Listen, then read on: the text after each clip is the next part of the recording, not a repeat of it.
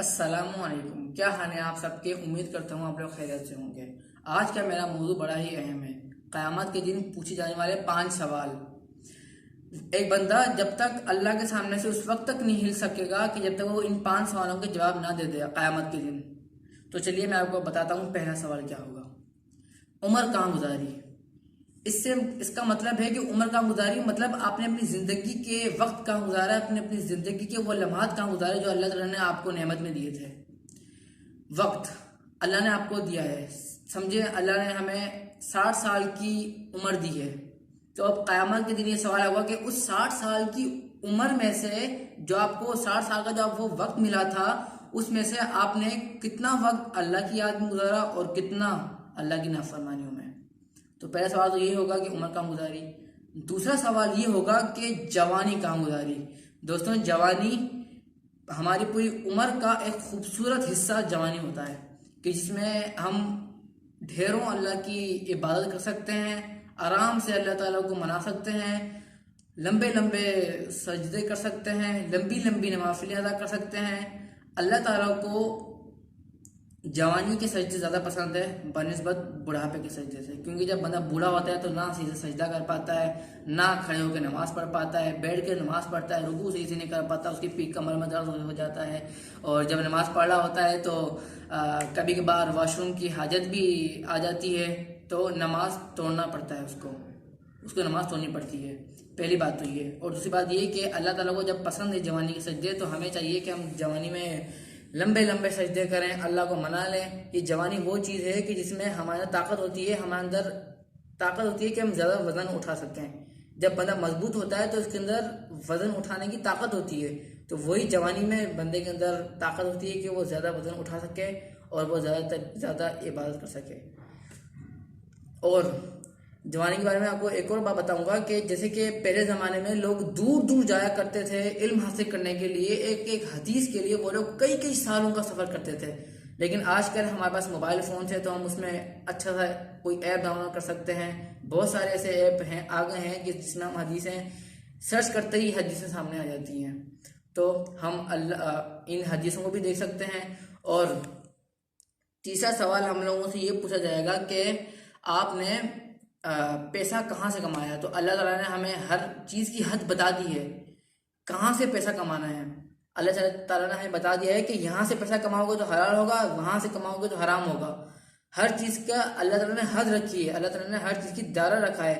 अब बंदा क्या कहते हैं, गलत कामों से पैसा कमाए, हराम का पैसा होगा, लुकमा पेट में जाएगा वो भी हराम का होगा, हराम का खाएगा तो खून भी सफ़ेद हो जाएगा, दुआएं भी कबूल नहीं होंगी। तो इसके बेशुमार नुकसान आते हैं हराम खाने के।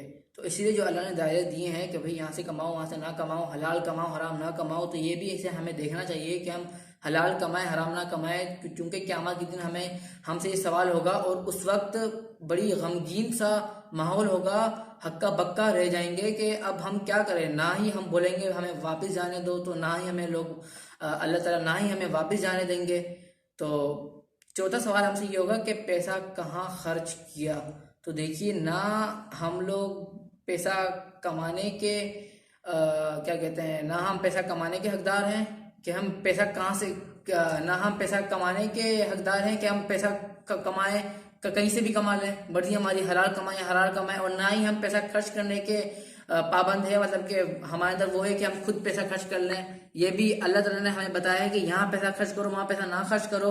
मतलब हमें अपनी ज़िंदगी 1 साल से लेकर 60 साल तक अगर हमें मिली है अल्लाह के मुताबिक चलानी है, तो अब पैसा कहाँ खर्च करें। तो अब हमारे गरीब रिश्तेदार हैं, हमारे जो गरीब रिश्तेदार हैं, ऐसा ना हो कि हमें पहले अपने गरीब रिश्तेदारों को देखना चाहिए, उनको हमें पैसे देने चाहिए। उनका भी हमारे पैसा सिर्फ हमारा अपना नहीं है, हमारे रिश्तेदारों का उस पैसों में हक है, हमारी फैमिली का उस पैसों में हक है, हमारे बच्चों का, हमारी बीवी का उस पर हक है। अब ऐसा ना हो कि आपके बराबर वाले आपके रिश्तेदार भूखे सो रहे हैं और आप घर में मज़े मज़े दावतें कर रहे हैं, खाने पकाएं, मछलियाँ, ये ब्रोस्ट, ये वगैरह वगैरह जो भी हैं। तो चौथा सवाल हमसे ये होगा। पांचवा सवाल जो हमसे होगा वो होगा कि आपके पास दीन का जितना इल्म था उसको कहाँ तक अमल किया। तो अब मेरे पास, आपके पास कहीं ना कहीं थोड़ा बहुत तो हमारे पास इल्म होता ही होता है, कुछ हो ना हो, अब हर बंदे के पास थोड़ी थोड़ी मिकदार में बंदे के पास इल्म होता ही होता है। तो अब हमें देखना है कि अब और सिर्फ खुद ही अमल नहीं करना, किसी और को भी अमल करवाना है। अब जैसे कि बराबर में बंदा बैठा है, उल्टा में पानी पी रहा है, आप देख रहे हो, हंस रहे हो, दिल में सोच रहे हो इसको तो पता ही भी नहीं है, जाहिल है तो उसको पता ही भी नहीं है कि सीधा से पानी पीते हैं। तो भाई हंसो मत, दिल में कुछ मत करो, सीधा उसको बोलो कि भाई सीधा से पानी पियो, सीधा से पानी पियोगे सुन्नत है, उल्टा से पानी पियोगे तो शैतान आपके साथ पिएगा। सीधा बोल दो, किसी से डरने की जरूरत नहीं है। उस दिन से डरो, क़यामत के दिन से डरो कि जब सब डर रहे होंगे। और उम्मीद करता हूँ कि आप लोगों को मेरी पहली बात तो ये है कि जैसे कि लोगों को पता है कि सूद लेना मना है, सूद लेना और देना अल्लाह से जंग करना है।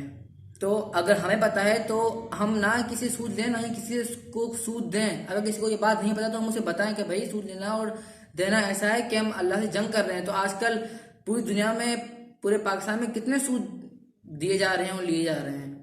तो अल्लाह का अज़ाब क्यों ना है हमारे ऊपर। ये जो वायरस है ये अल्लाह का अज़ाब ही समझें कि हम लोग इतने गुनाह करते हैं, सूद देते हैं, लेते हैं, अल्लाह से जंग करते हैं। जब हमने खुला अल्लाह से जंग का ऐलान कर लिया है तो फिर अल्लाह हमें क्यों ना अज़ाब दे।